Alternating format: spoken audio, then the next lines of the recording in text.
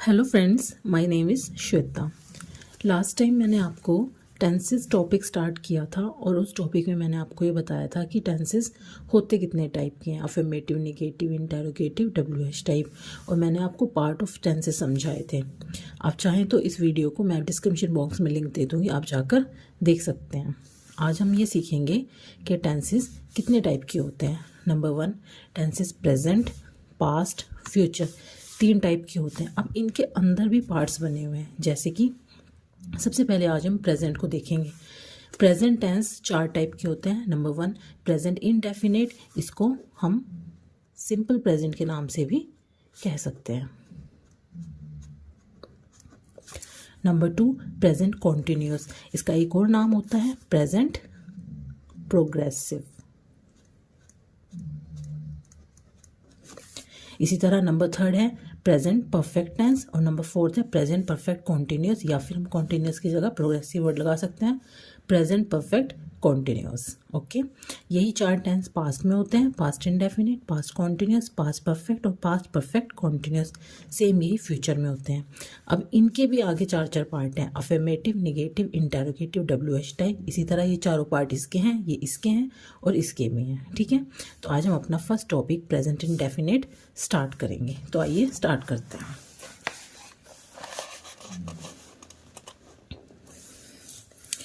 देखिए, हमारा first topic है प्रेजेंट इंडेफिनिट। सबसे पहले प्रेजेंट इंडेफिनिट में देखिए, हर टेंस में एक आईडी मीन्स आइडेंटिफिकेशन, मीन्स पहचान, और एक एचवी मीन्स हेल्पिंग वर्ब। ये ज़रूर बताऊंगी और इसको आपको ध्यान रखना है। इसकी हेल्प से आप ये पहचान सकते हैं कि दिया गया टेंस प्रेजेंट इंडेफिनिट का है। जैसे कि प्रेजेंट इंडेफिनिट की आईडी होती है कि इन टेंसेस के लास्ट में ता है, ती है, ते हैं आदि शब्द आते हैं। जैसे वह रोज वहाँ जाता है, तुम रोज सुबह जल्दी उठते हो। देखिए, सारे टेंस ता है, ती है, ते हैं पर एंड हो रहे हैं, तो इसलिए ये सारे टेंस प्रेजेंट इंडेफिनिट के हैं। और इनकी हेल्पिंग वर्ब होती है डू और डज। जैसे अब आप सोचेंगे डू कहाँ लगाएं और डज कहाँ लगाएं, तो डू लगाया जाएगा प्लूरल चीज़ों के साथ और डज लगाया जाएगा सिंगुलर सब्जेक्ट के साथ। ठीक है, तो चलिए आज हम इसका फर्स्ट पार्ट पढ़ते हैं। प्रेजेंट इंडेफिनिट के खुद के अंदर 4 पार्ट हैं, affirmative, negative, interrogative and WH type. तो हमने इसका फर्स्ट पार्ट लिया अफर्मेटिव। देखिए, सबसे पहले मैं आपको एक बहुत ख़ास बात बताती हूँ जो बच्चों को ज़्यादातर क्लियर नहीं हो पाती। प्रेजेंट इंडेफिनिट के अफर्मेटिव को समझने में बहुत दिक्कत आती है।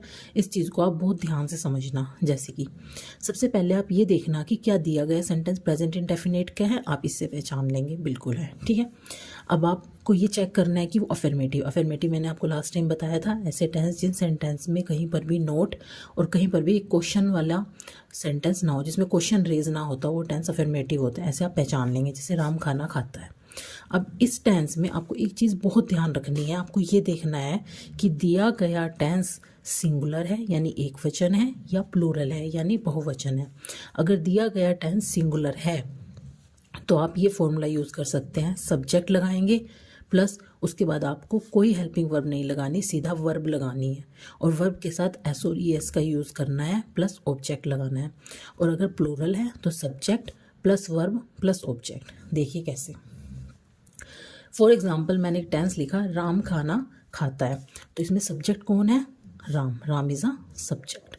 ओके, उसके बाद वर्ब, काम क्या हो रहा है इसके अंदर? खाता, ये वर्ब है। तो मैंने राम लिखा, खाता मैंने देखा ईट मीन्स खाना, और ईट के साथ एस चलता है तो राम ईट्स, और अदर चीज़ें क्या, ऑब्जेक्ट्स क्या बच गए इसमें? खाना, राम ईट्स फूड, क्योंकि ये सेंटेंस सिंगुलर था। अब नेक्स्ट सेंटेंस देखिए, वे खाना खाते हैं, ये प्लूरल हो गए क्योंकि खाना खाने वाले बहुत सारे जन हैं, तो ये प्लूरल हो गया, तो इसमें ये फॉर्मूला लगेगा। सब्जेक्ट इसमें है वे, तो हमने लगाया दे। उसके बाद वर्ब हो रहा है इसमें खाना, तो ये हमने ईट लगा दिया। अदर क्या बचा इसमें? ऑब्जेक्ट क्या बचा? खाना, फूड, दे ईट फूड। इसमें हमने कोई SEIS नहीं लगाया। जैसे एक चीज़ और देखिए, जैसे मैंने लिखा तुम रोज स्कूल जाते हो। ठीक है, इसमें सबसे पहली बात, तुम रोज़ स्कूल जाते हो, ये सेंटेंस जो जिस भी सेंटेंस में तुम वर्ड आ जाएगा मीन्स यू आ जाएगा, उस सेंटेंस को हम प्लूरल की फॉर्म में देखेंगे।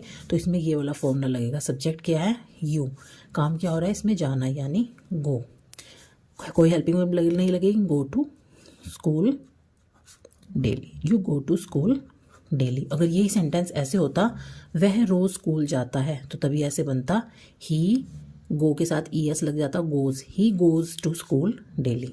आई होप आप समझ गए होंगे। अगर आपको कोई भी दिक्कत है, कोई चीज़ समझ नहीं आ रही, तो आप मुझे कमेंट सेक्शन में कमेंट करके अपना क्वेश्चन पूछ सकते हैं, मैं ज़रूर आंसर करूँगी। नेक्स्ट हमारा सेंटेंस टाइप आता है निगेटिव। निगेटिव के लिए कुछ नहीं करना, आपको सब्जेक्ट लगाना है। सब्जेक्ट के बाद देखिए प्रेजेंट के 4 टाइप मैंने आपको बताए, अफर्मेटिव, निगेटिव, इंटेरोगेटिव और WH टाइप, जिसमें से इन तीनों टाइप में हम हेल्पिंग वर्ब लगाएंगे। सिर्फ एक यही ऐसा है जिसमें हेल्पिंग वर्ब नहीं लगेगी, ठीक है। ये बात ध्यान रखना, बच्चे सबसे ज़्यादा यहाँ कन्फ्यूज़ होते हैं, बहुत अच्छे से ध्यान रखना इस बात को।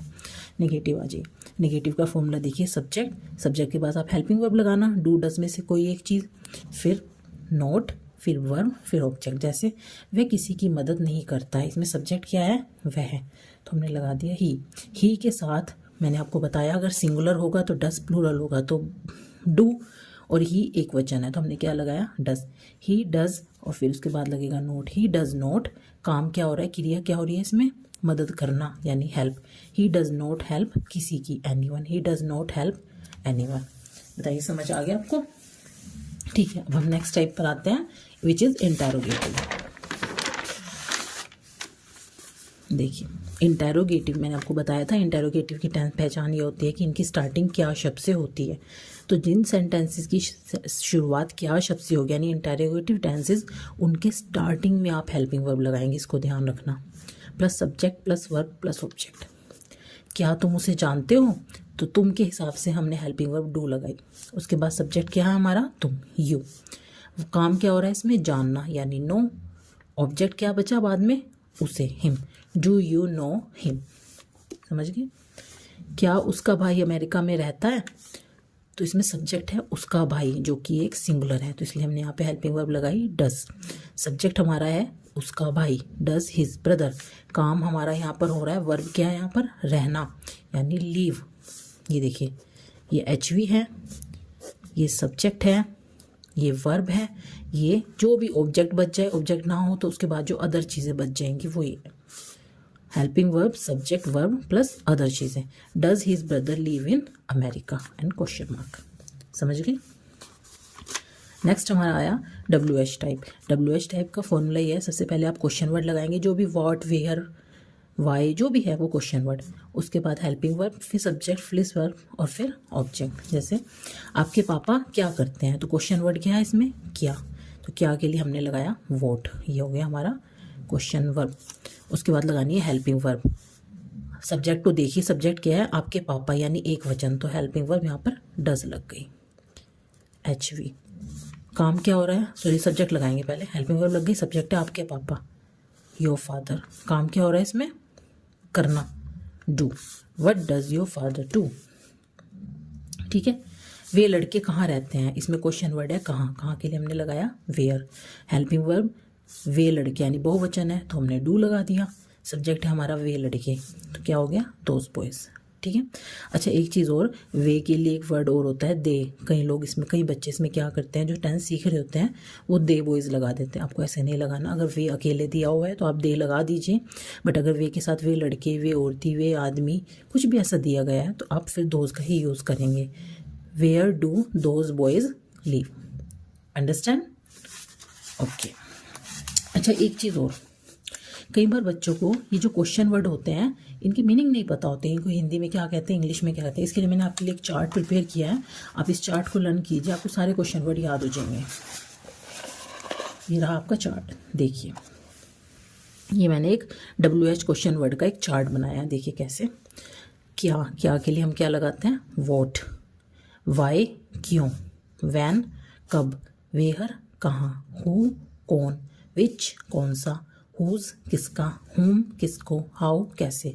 इस पर ध्यान दीजिए, अगर कोई चीज़ काउंटेबल है यानी जिसको गिना जा सके, जैसे तुम्हारे पास कितने सिक्के हैं या तुम्हारे पास कितनी बॉल हैं, कुछ भी तो जिनको काउंट किया जा सकते, तो हाउ मैनी।